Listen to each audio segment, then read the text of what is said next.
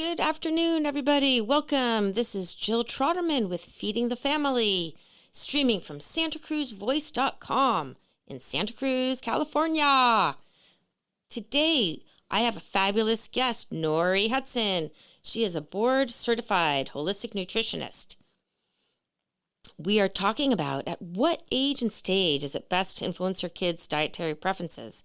How can you influence whether your children will become good, healthy eaters who like a variety of all kinds of foods and minimize the chances that you will have kids that are stubborn, fussy, and picky? Because trust me, that is a challenging situation.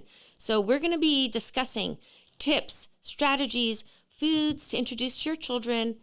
And even if your kids are a little bit older now, there are a lot of ways that you can still positively share with your kids how to eat a healthy diet. So, reversing picky eating and cultivating healthy eating in children is on the rise. I mean, let me just say, picky eating is on the rise, and cultivating healthy eating is also on the rise because that is what I like to do. So, Nori Hudson believes in the power of real foods to help our bodies heal and attain optimal health. Nori has been advocating the whole foods approach for over 2 decades now, motivating her clients and her community to form meaningful relationships with how they nourish themselves. And she also shares her vast knowledge through lectures, seminars, community workshops, and working with clients privately. She's also had a stint working in the minimum security of San Quentin. That is pretty intense. But guess who her biggest advocate is? Her child. I totally believe that. Nori also enjoys in her spare time working on yoga, gardening, hiking, and playing the violin and viola. Well, we are just absolutely delighted to welcome you, Nori, into the studio. We had a few minutes where I didn't hit the record button. Oops. But Nori basically just said hello, and then we got right into what is picky eating. So please join us for the rest of this really interesting conversation. Welcome, Nori. And they're selective and restrictive in their food intake, maybe not making as many choices or refusing new foods or having strong food preferences, and maybe even changing their consumption of things. But apparently, for most people, it may level off around 6 years old. But in some, it does persist. So I think the reason it's on the rise, which, I did a little bit of research on this. It turns out 50% of Americans do consider themselves to be picky eaters. And I came up with about 6 factors. I'm sure there are many more that may be affecting why it's on the rise. One is there are more medical issues. We know that chronic illness has risen quite a bit. Allergies, digestive, and autoimmune conditions, food not digesting well, or maybe the child doesn't feel that food is safe because they've had a bad reaction. So that's one. The second is we know that there's been a rise in neurodevelopmental disabilities, and with that comes tactility issues and other eating problems. So, and anyone who has had a child with autism knows this, and it's a whole set of skills needed for feeding them. And then the third thing is temperaments. Children or people who may be anxious or moody or nervous may be more likely to be picky. The fourth is complicated, and I don't want anyone to feel guilty or shamed or worried about me saying things about parenting styles, because it turns out both authoritarian and permissive styles correlate to picky eating. Mind you, children are watching their parents and copying behaviors even in the eating arena. So if the parents are picky, the children will be also. Another behavior of parenting style that I noticed with a particular client hold on. Let's slow that down a little bit, because you just said a bunch of really important factors. So some are, we have those kids who are just going to be normally sensitive, right? Yeah. And then there are conditions in which their environment is. So that's parenting. And I know you just mentioned that you don't want to offend anybody, but let's pick the picky part about. Let's pick it apart a little bit. So you mentioned authoritarian and permissive. Can you share what that is? I could share what that is also. You can. So permissive Sure. parenting might be more less discipline, more casual approach. And authoritarian might be a little bit more punitive, a little bit more of a heavy-handed approach. Whereas authoritative, well, that's authoritarian, and authoritative might be more of the balance. Is that accurate in your mind? I think, yeah, they're all shades of something for sure. I do agree with your definitions. And I think in the authoritarian or authoritative, maybe, and we may have grown up with this method, we were told to eat what's on the plate, and that's it. We're not going to get any choices. Where with permissive, there might be more catering. Oh, if you don't like this, I'll make you something else, and it becomes a cafeteria model. So that's another style of sharing food with children. It gives them wiggle room, and they may take advantage of it and therefore not try new foods, even when offered in a very palatable way. So what happens now when, so that's the parenting styles. What can parents do if they're aware that they're sitting down with their kids and they're noticing that their children are having picky eating? Well, those are more the solutions, but let's go even back a little bit more about in the womb. Can you share a little bit about how children's palates might be influenced in the amniotic fluid and even back into when they're breastfed? They're highly influenced by different flavor profiles, right? Sour, bitter. Yes, they've done studies and found that food preferences may even occur at 2 to 3 months in utero by what the mother is eating. The amniotic fluid is being tasted by the fetus. And they did studies to show that after the birth, the child who was exposed to, say, mom's drinking carrot juice during pregnancy was more likely to turn towards the carrot juice. Right. So it starts pretty early, which is interesting to see.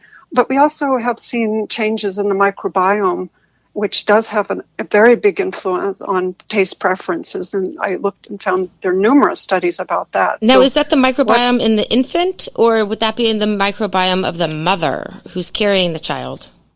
Could be both. Okay. It turns out that, C-sections, which are 5 times higher than they were when I was born in 1950, breastfeeding took a dip until 1970 where there was a resurgence. But having a lack of diversity in the diet of the mother and her exposure to processed foods, and then glyphosate, this ingredient in Roundup, which has contaminated our food supply, contributes to dysbiosis, which means that we're favoring more pathogenic bacteria. And then antibiotics and other medications could also affect the microbiome. So we see that taste preferences, the gut microbiome will influence the host diet selection behavior. That will be both mother and child. Isn't that just totally mind-blowing? So these little microbiomes the microbes, you might say they're benign, neutral, or bad. I don't know if that's the right term, bad, pathogenic. Mm-hmm. So they have a mind of their own, don't they? Well, it turns out the microbiome is the DNA that we collectively call ourselves, including our bacteria in and on us, determines us. They are in the majority, and they're tuning us so we will be good hosts. They outnumber us in terms of DNA. Right, and so if we're feeding our bad bacteria with a lot of sugar and the mom's eating a lot of ultra-processed foods, those microbiomes, the microbes are going to call more for that. So maybe that child will, right? Yeah, it can tune things in the direction to not only make the mother influence the child because her eating behaviors have changed, but the child will be influenced and be more subject to illness as well. Right, when they're born. The vulnerability, yeah. Right. Yeah, it's really interesting that way. So the amniotic fluid, the microbiome is a huge important thing. And when does the issue of super tasters come in? I missed that. When does the issue of what come in? Well, so let's say, the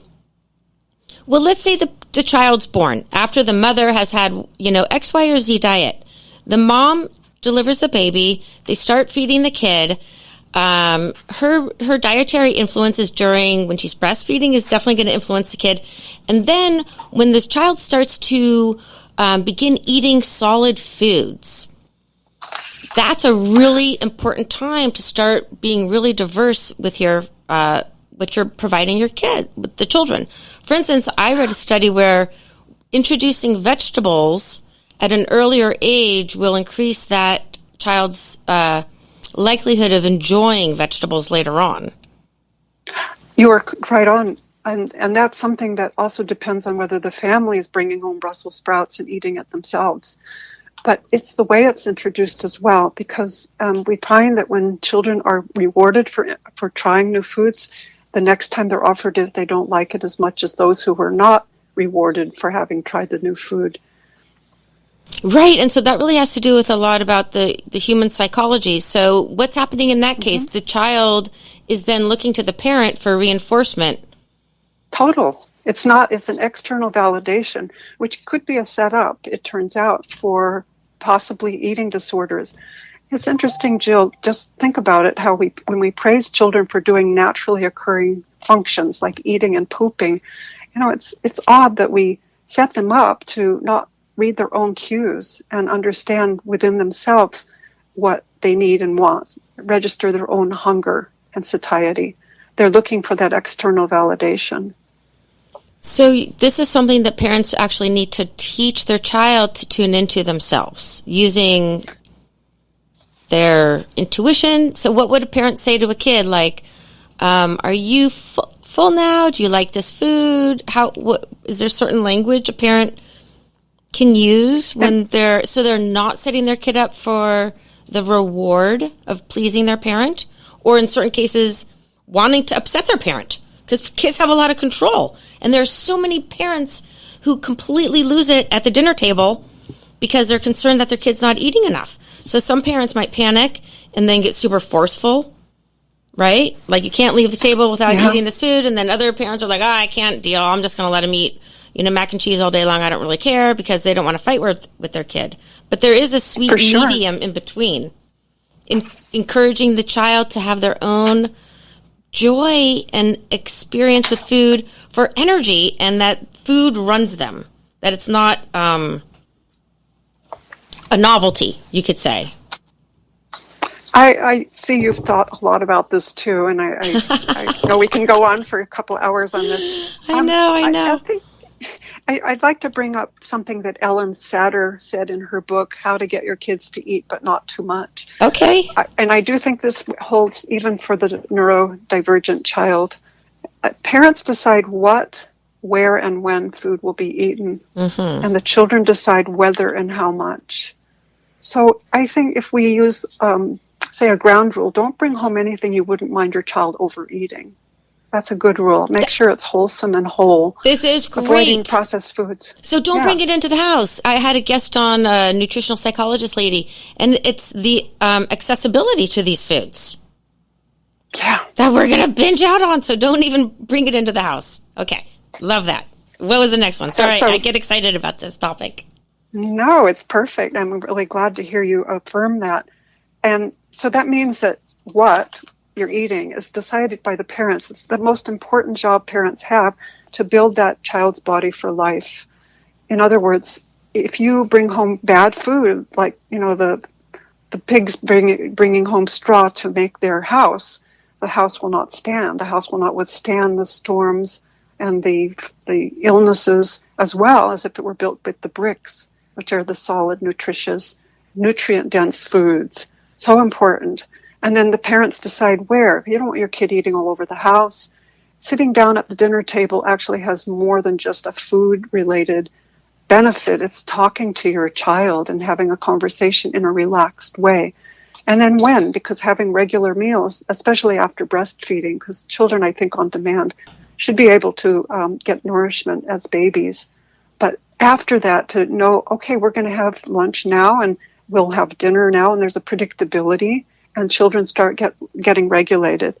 The children will decide if they want to eat and how much. So say your child says, I'm not hungry, and you're saying, come to the table, we're going to have dinner. I'm not hungry. You can say, well, just come. And it has worked, especially even with my son, where he came to the table, wasn't particularly hungry, but he saw that we were eating, and he started smelling what we were eating, and he started getting interested in eating. So I separated the come to the table from the eating, and he chose on his own to eat. Children are hunger as a guide for whether they're going to eat, and they won't starve themselves willingly.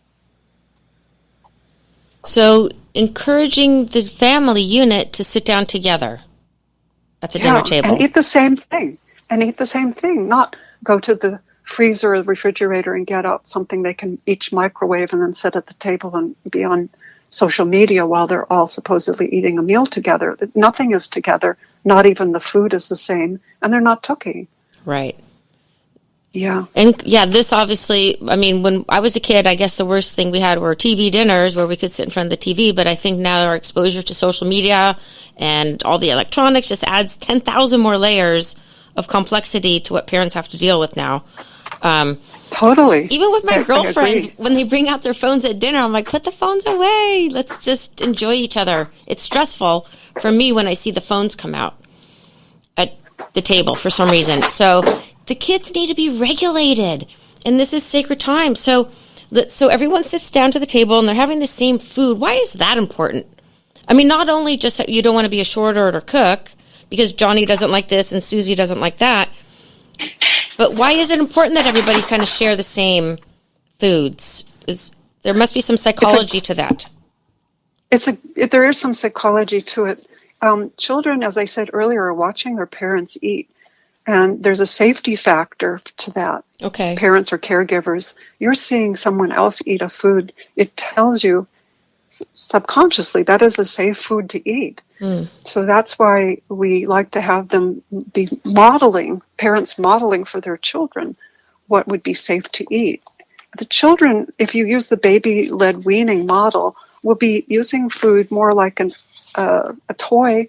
Not for nourishment initially, if they're sitting at the table but not eating what everyone else is eating. They've already had their breast milk. Mm-hmm. But it's exercising the choice of textures, flavors, eye-hand coordination, exploring a gag reflex, learning to chew and move their mouth in certain ways, and develop confidence in their own instincts. So the food is not for nourishment initially, but it's allowing them to have choice, most importantly, which I think will avert picky eating from the very beginning.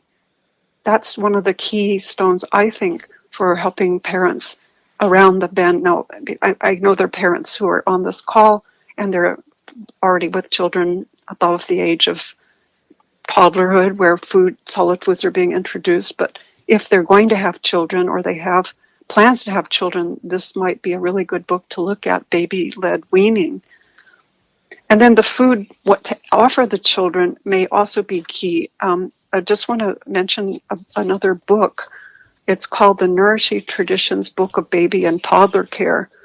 And if you offer nutrient-dense foods, that may, because of the nutrition in the food, giving zinc, magnesium, sulfur, and iron, will avert some of the picky eating, because if you eat processed foods, you're still looking for all the nutrition. But if you're eating nutrient-dense foods, you're getting what you need, and you will be less likely to be eating or veering off the path and eating poor quality food or becoming picky. Their first foods are egg yolk, liver, raw milk, bone marrow, fish eggs, butter, cod liver oil, avocado, raw mashed tropical fruits like banana, fermented foods, and cooked pureed veggies as they get older. Wow, I wonder how many parents are starting off with that list. Maybe half of the list. Like maybe people can do the avocado, mashed potatoes, I think you said butter? Did you say butter? Butter, yeah. Some good oils.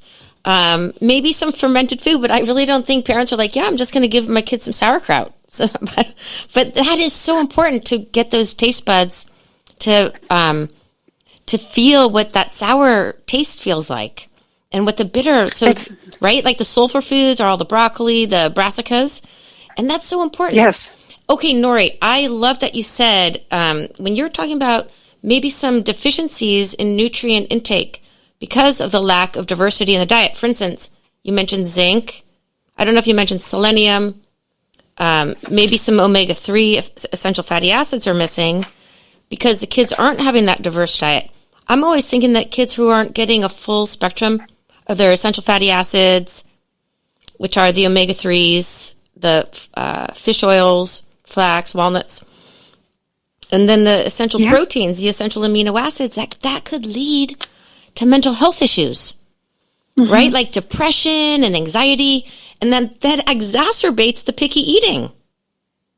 Indeed. If someone has something like anorexia nervosa, the first nutrient they give them is zinc because it affects the development of taste buds and taste acuity.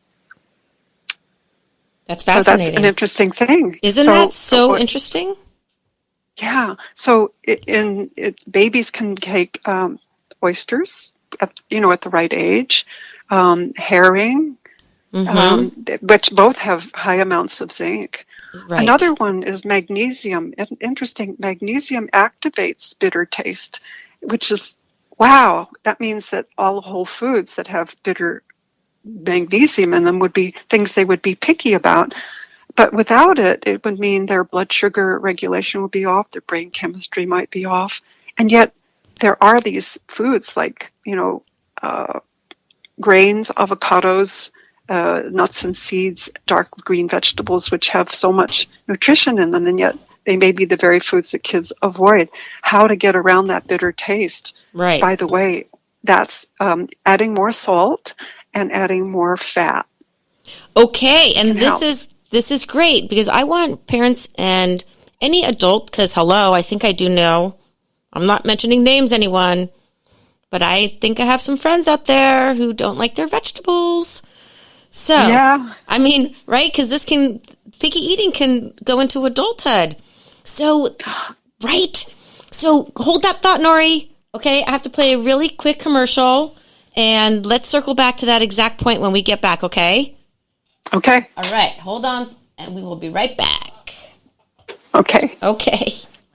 And at Treehouse Dispensary, we use it to build community. In addition to dispensing cannabis and education, Treehouse hosts First Friday events every month that feature our community's local artists, makers, and activists. If you're 21 plus, join us at 3651 Soquel Drive every First Friday from 5 to 8 p.m. to enjoy the work of local artists and musicians, find one-of-a-kind gifts, and learn more about the top cannabis products in California. See you soon. The weather will change. Knox Roofing here. We all remember the story of the three little pigs. We all know the third pig hired Knox Roofing to do his roof. Every day he crawls into his home knowing no wind, no earthquake, fire, or even the big bad wolf can hurt his house. The weather will change for the good and sometimes not so good. Have a Knox roof installed on your home, and one thing you can be certain of, good security. I promise you that. The number to call is 461-0634. Thanks, folks. Satisfy your hunger with a fresh, prepared, twice-daily grab-and-go sushi you'll find waiting for you at Sushi Market Sprouts, 2 blocks from the beach at 300 7th Avenue in Santa Cruz. Fresh, delicious, and oh so good. Hello, I'm Junko, and I look forward to serving you at the Sushi Market Sprouts. Satisfy your hunger right now with the delicious ramen and sushi you'll find waiting for you at Kaito. Easy in and out location in the Capitola Mall food court. Special orders welcome. Fresh, delicious, and oh so good. This is Koji. I'm looking forward to seeing you at my restaurant, Kaito. You have to move now. No problem. Store your stuff at Anbar Self-Storage and U-Haul. Easy off Highway 1 on Airport Boulevard by the airport. 24/7 security. Drive it to your door and store it at Anbar Self-Storage and U-Haul in Freedom.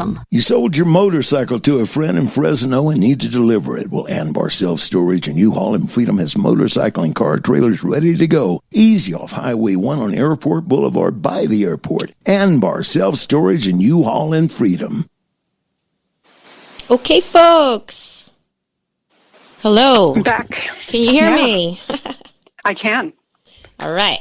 So, Jill, hello. I wanted to bring up something Yes. It's really interesting. It's about what is called super tasters. Yes. There's actually a test for it to see if you have a certain gene that predisposes you to identify bitter tastes in everything. Yes, that's what I wanted to talk to you about. Okay, so what does that mean if you're a super taster? You overtaste bitter or undertaste it? You overtaste bitter. And it's not just in humans. It's actually in all vertebrates. The gene is TAS2R38. And 25% of people are super tasters. And in the autism community, it's more like 87%. That may explain a lot. Wow. So as I said earlier, adding more salt and fat can make a big difference. Okay. And then you might ask the question, why, if this is an important thing to have bitter foods in our lives, why would this gene persist? Why? Because why? Yeah, bitter is to tell us something is not safe. Sure. Like it's a toxin, and it's a safety signal, and it's an innate reflex that we all have. But it's over time that we get accommodating to that taste, and we can go forward and enjoy coffee, chocolate, radicchio, endive, dandelion greens, and other things that have bitter flavors, because over time those can be accommodated if we are willing to try it 7 to 20 times. 7 to 20 times, everybody. I think Nori just dropped a little data there to your kids. Okay, so if this bitter gene is adaptive for our survival, people who have that gene, the 25%, can increase the palatability of that with adding fat to all of these vegetables that you're talking about. Mm-hmm. Right? Like artichokes and all the dark leafy greens that we know are so incredibly important. So adding more salt and just seasoning to make it more yummy tasting for them, right? And maybe even sauteing it, cooking it down, not eating it raw, perhaps. Yeah, that's another way of doing it. If people are already realizing that they don't like certain foods because they're bitter and they're now adults, the one bite experiment could be really helpful. So say you go to a restaurant where something's really well prepared and your dining companion is having something that you previously never wanted to eat ever again. And you just say, well, could I just have one bite and just taste it and see, it's okay. It feels different in my mouth. My memories of that are now changed because I now have tried it and it tastes okay. It's not terrible. I'm probably not going to order a whole portion, but I now am opening the door to allowing that food in my variety of choices now. I love that. Yeah, I was just thinking about like a giant bowl of arugula salad could be really intense for some people. You and I know how important bitters are for increasing digestive power, right? Stimulating protein digestion and hydrochloric acid and all that stuff. Also, It's great for liver detoxification, all the sulfur foods.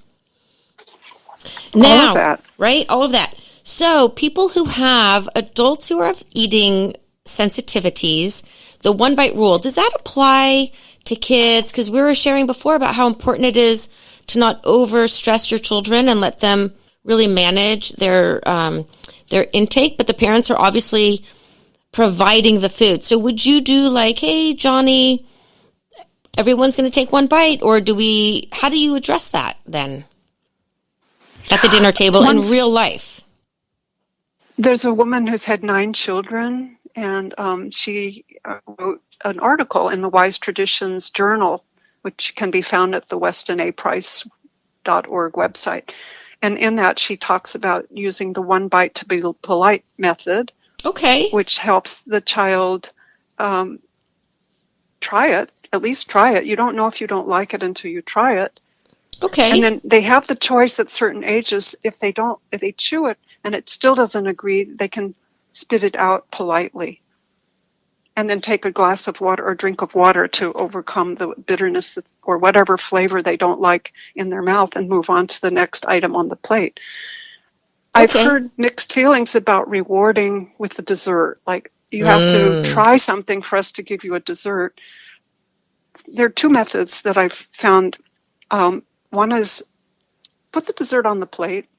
Sugar can be a stimulant for appetite. it's not a big dessert, and it's certainly a healthy dessert, but let it be part of the meal so it's not separated. Because then the temptation is, oh, well, I'm going to make you overeat, and then overeat again just to get your dessert. To me, that's the wrong message. You're overriding your own satiety signals. The other method is, yes, you can have the fruit that we're all having, but you need to at least have that one bite to be polite. And so the child is motivated, especially at a large dinner table, that everyone else is eating the fruit by now, and they're still stuck with something on their plate they still haven't tried a bite of. So I think that's an idea about the dessert. But the other thing is, Jill, I think when the children get to a certain age, let them serve themselves. Again, it's allowing choice. Let them put what they want on their plate and learn not to be wasteful. And that means that try a taste of everything. And if there's enough left over, they can go back for the favorite item for seconds or thirds, depending on what's available. I really like that. I actually never heard that, because I think most parents will just plate it up and put the plates on the table. But I guess family style, you just put all the bowls or the platters on the table, and then everyone can just pass them around.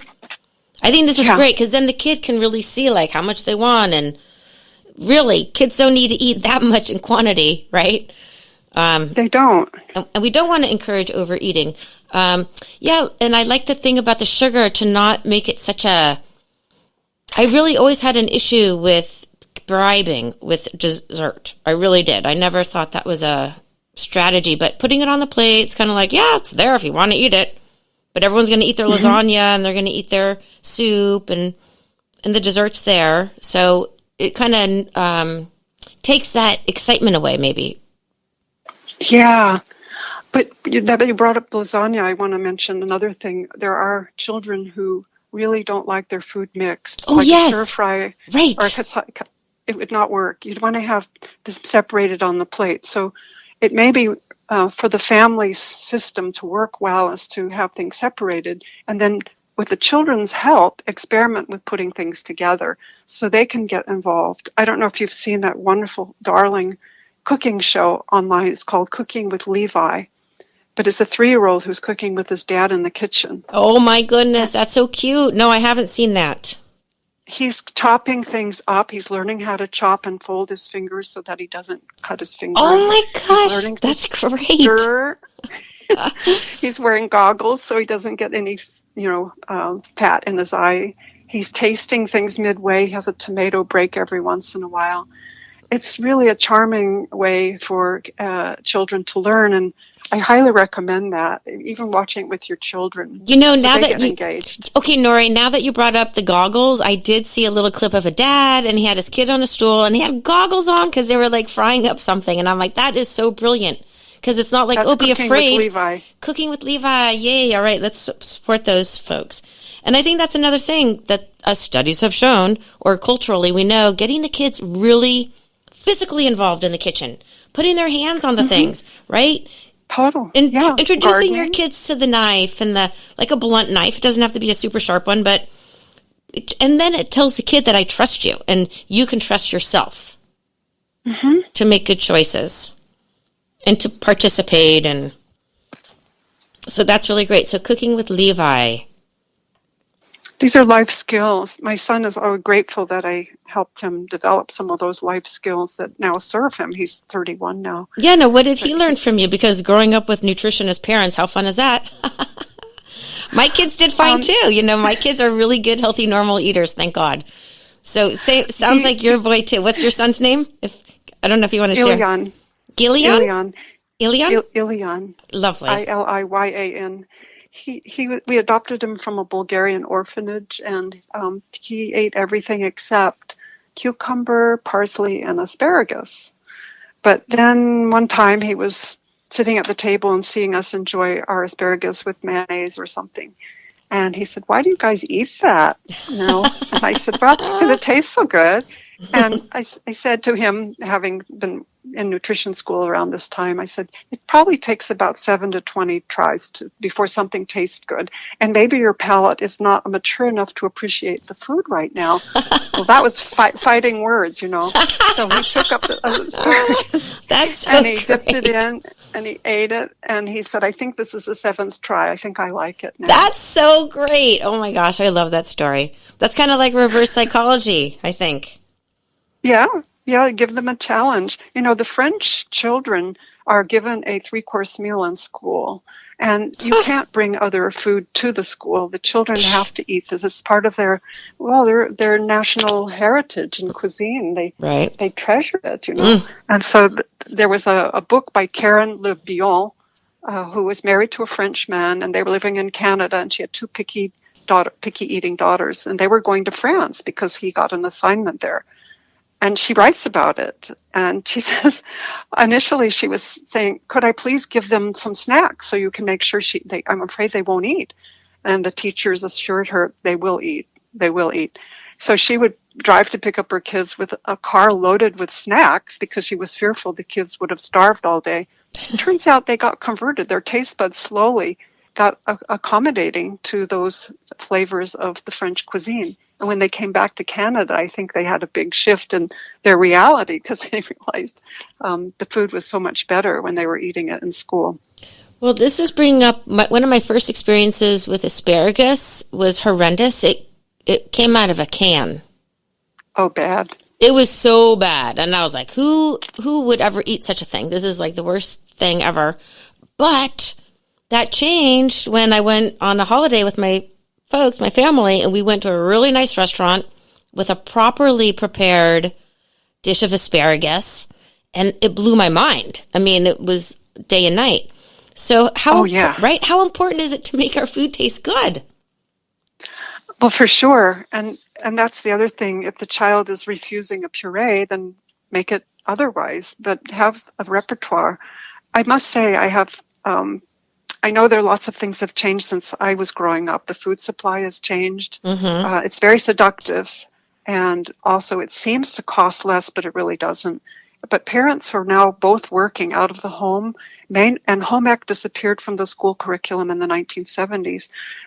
They don't have maybe the skill set or time or patience to devote to spending a lot of effort in the food direction and food scene for their children. But I do think it's worth it, and the more you can engage them early on, it'll save time. You can have them help you. So batch cooking on the weekend and have them help in the kitchen making the salad, tearing up the lettuce, and maybe even chopping some of the ingredients. But it's so important if we can get the quality of the food so the children's taste buds are awakened to what really good food is. And they set a high bar for their standard of eating, and they won't want the other food that's of poor quality. It's hyper palatable, ultra-processed food that we're now being tempted by with the food industry. And they're not in the business of health. They're in the business of selling you food to which you will be addicted and eat a lot of. Indeed. So our society has been, I want to say, hypnotized, or we were put under a spell. Seduced. I feel like we've been, like a wizard is deceiving us. So helping support the parents to bring in simple whole foods. And I like the part when you shared about some kids don't like to have all their foods together. A family member was talking about, he had a friend called One Food Tony because he only liked to eat one food at a time. And that kind of makes sense. Mm-hmm. So ways that you can really support your child in developing a healthy palate. Now, when kids are what's happening when kids are completely eating all the white processed foods, like the white bread and the milks, like the cheese and the milk, and isn't that creating some sort of a addictive the mac and cheese kids. The mac and cheese kids. Yeah. Well, they're the caseo and gluteomorphins in those foods, which contribute to the addictive qualities they have. Also, it's a texture issue. A lot of kids don't like sharp things in their mouths. So soft foods that are easy, palatable, although they may be causing digestive disorders, they still love them. We often love the thing to which we're addicted. There are specialists in that area for children with special needs, which, by the way, the picky eating is like 5 times more common in the community. You have to rule out medical issues like allergies and maybe intestinal inflammation and other things. And parents should always be calm around food. There should not be anything, you have to eat, that type of energy around eating, because it is not the rest and digest mode that we want to be in. I think parents need to look in this community specifically, but also with others, the tactility issues, like what feels uncomfortable in the mouth. That doesn't feel good. Well, let's try some other way of doing it, and engage the child in helping find the way. The more they participate, the less likely they will reject the result. Children eat out of gardens and out of the school lunch yard or the edible schoolyard, more likely away from their home, simply because they're given choice and they're participating in making the soup after they've harvested the produce. Have do-it-yourself meals, like, you put together your own salad or soup or pizza or taco, and then offer as much choice among that as possible. If they have a favorite snack, find a way to make it with real ingredients. And there are lots of recipes available in books for children, especially for children. The Nourishing Traditions cookbook and also the Nourishing Traditions book on baby and toddler care have recipes that you can make that are healthier versions of favorite processed foods. And try to avoid that bribing, because I mentioned it does backfire. Right, the bribing and that. Let's see. When I was a kid, it was the Clean Plate Club. My grandpa would always be like, "Let's be part of the Clean Plate Club." I think that's frowned upon now, right? Because you were talking about before, we want our children to manage their intake. We want them to learn to portion on their own and register satiety and hunger on their own, not somebody else externally telling them, you have to eat all of this. Well, I didn't put it on my plate, Mom, so why should I have to eat all of this? Right. It doesn't seem fair. 100%. So again, the choice. How can you introduce and insert choice into taking healthy foods and putting them in your child's body? And I have to just keep coming back to that, because we're of the whole food model, that this is their bodies for life. And it's an insurance policy for them to be able to grow up and be healthy and strong and live a long life and maybe reproduce and so on. And that vital responsibility has been abnegated to, for whatever reason, to commercials on the Saturday morning cartoons. But would we say, oh, you don't need to use your seatbelt or you don't need to brush your teeth? No, we wouldn't for that, but for whatever reason, maybe it's because it's so complicated and we're so frustrated on our own or short on time that we let others decide what foods our children will eat. I think it's the wrong model, because the messages are, you can feed them anything, just get calories in, and we know the calories are not equal. 100%, I agree. And they advertise to the kids, and then it's almost like a sort of peer pressure that you want to fit in. Even parents, some companies are making like a better version of, let's say, Lunchables. Yeah, those horrible things. But It's not much of an improvement. I looked at the ingredients. I'm like, maybe it's a little better, but it gives that message that it's cheap. And then it says to yourself, like, you're cheap. You're not worth it. I always want kids to know, like, you're worth eating this really good food. And like you said, setting them up for a lifetime. Because I'm sure you've had people who didn't have, for whatever reason. And again, we don't want to shame the parents out there at all. Everyone's doing the best they can. That's why we're having this conversation. They are doing the best they can. I'm really, really wishing that we had more support for them to do what they know they want to do, but just don't have the time and resources to do it. It's really true. Like in the education that they're getting in schools, I'm really big into childhood nutrition education, and I don't think they're getting well-balanced information at schools. The parents don't have that. It's a mess. It really is. But these are really fantastic tips, like really practical things that people can implement. So whatever stage you're at, if your kids are even 7, 8, 10, 12, teenagers, there's no short reason to start really getting excited about healthy quality foods. Mm-hmm. Well, the things that I was going to say that seem to have changed since I grew up were just the fact that we have two things happening.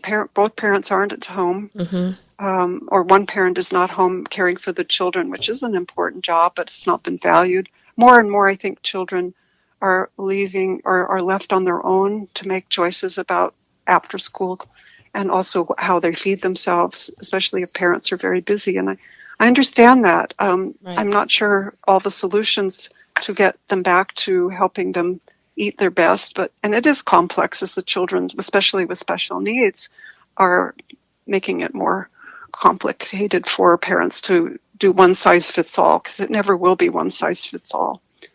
So yeah, I don't know what to say except that when we look at the individual child and try to account for all the variables that might have made them picky, maybe the next child we can do something different. Like if we birthed the child in the cesarean, maybe we could try having a vaginal birth because VBAC is possible.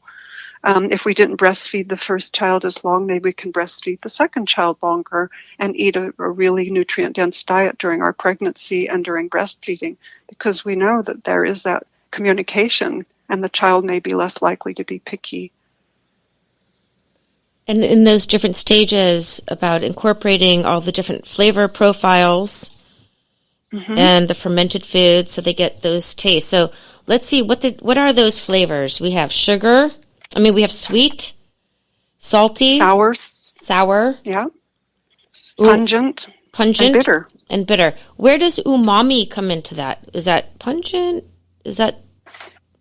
That comes from fermented foods. Okay, it comes from things like pickled fish, organ meats, for example. Yeah, those are the foods that have a lot of umami in them. It's the sixth sense. Okay, so there really are 6. So bitter, sweet, sour, pungent. And bitter. Bitter's at the back of the tongue, which is, if you were to take something in your mouth that was not particularly healthy for you, you have a reflex if you taste it at the back of your throat to get it out of your mouth right away. Fascinating, right? That's that survival thing. That's a survival thing, exactly. Right. So no, but you can't use that as an excuse that kale is not good for you. True. Yeah. And okay, I don't know why I'm going to bring this up, but I shouldn't say it, but I had somebody say that kale was a liberal vegetable. I haven't heard that, but that's funny. I thought it was hysterical. I was like, really? We shouldn't categorize foods in political stuff. Then we're really in trouble, I have to say. That's funny. Oh my goodness. But I love, like eating whole foods, shopping at the farmer's market, bring your kids to the market and make it fun. And another thing, Nori, what you're sharing about is the importance of, sorry, I got a call coming in on my phone because I'm talking to Nori virtually through the cell phones. Now, darn it, now I forgot what I was going to say. Community. The importance of if you have a picky eater who's fussy at home, you might notice when they go to their friend's home and they make dinner, they might be more willing to try new foods. So it's important to create that social environment where we're encouraged and we're trying different cuisines. Look, we're in America. We have so many people from all over the world that live here. You can go to your friends that come from Latin heritages. You can go to your friends with European heritages or East Asia and try all those wonderful food platforms, like Indian food and Chinese food and Japanese food. Like, those are amazing flavors that we get to try. I didn't maybe have experience with that when I was a kid, maybe some Mexican food, But nowadays we have exposure to all those things. So I think that's another important factor is to, to bring these different flavors to your kids and to share in the community. That's a perfect point. I think also there are the parents who are worried their children won't embrace their neighbors' foods when they go over for dinner, and they bring their own little pack of food for the kids. Is this true? They won't eat. Really? Yeah. They do? And I think, yeah, some do. Wow. Just because they don't want the kids to go hungry, or they refuse to go out because they're afraid that the kids will not want to eat what they're being offered. But it's not polite. And it's certainly restrictive socially, but if the children are trained to accept the food and be allowed permission to take one bite to be polite, right, and then put it in the napkin if it's not agreeable, but at least they're being polite and they're participating in the family and the society's activity that's so wonderful. Eating together is the best thing we could do. Oh, I love it. I think that's my childhood experience. Why I probably love food is the cultural and the coming together, and I have so many great memories of that. Well, gosh, Nori Hudson, she's here talking to us, you guys. Holistic board certified nutritionist. Nori, you are a wealth of information. Where can people find you? Can you share your website? It's radiant-vitality.com.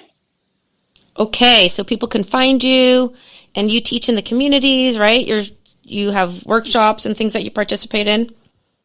I'm teaching at the Albany Senior Center in California. It's a class called Demystifying Nutrition Controversies. It's every Monday, 3:30 to 5. It's $1 for Albanians, and it's $2 for anybody else per class. Nice. And I always serve a snack, so there's a snack fee. But people are enjoying the class because it helps them with whatever health issues they have and controversies they want to have explained. It's a good class. I love it. Well, you're a gem and such a treasure in our community. And so thank you so much for being here. Thanks for having me, Jill. It's been fun. It's been great. And hold on the line for a sec. I just want to share with our listeners that I am launching a whole new series of classes for parents in particular, talking about early toddler foods to introduce to your kids, junk food, and the impact that it's having on our children's promoting illnesses. That's a really big one. So please check out my website, Santa Cruz holisticnutrition.com/classes. And the first one's going to be free. It's on my Food Tree Holistic Nutrition Program, where I talk about all different kind of eating styles that can adapt to your family based on all the nutrients that Nori and I are encouraging you to eat. So everyone can create their own special family lifestyle based around food that they enjoy. Also, October 14th, Toddler Foods for Growing Healthy Taste Buds. This is the perfect place to start, guys, with influencing your children so they can become healthy eaters. There is no food really that's off limits to toddlers. So that's going to be a really super fun, interesting, lively class. Please join us. Then on the 21st, kind of picking up on this whole picky eating topic, is picky eating, do's and don'ts for better meal times, followed by the 28th, right before Halloween, healthy holiday treats and sweets. So guys, let's get support. You don't have to do this whole parenting, feeding your kids thing on your own. Work together with other parents. Join us on these very lively, exciting Zoom classes where you can be seen and heard by other parents while learning fascinating information, plus learning practical cooking skills and recipes. I'm also going to be doing demonstrations on foods, snacks, drinks, so it's going to be super fun. It's on Zoom, $12 per session. That is so affordable. And with that, peace out, everybody, and have a wonderful day.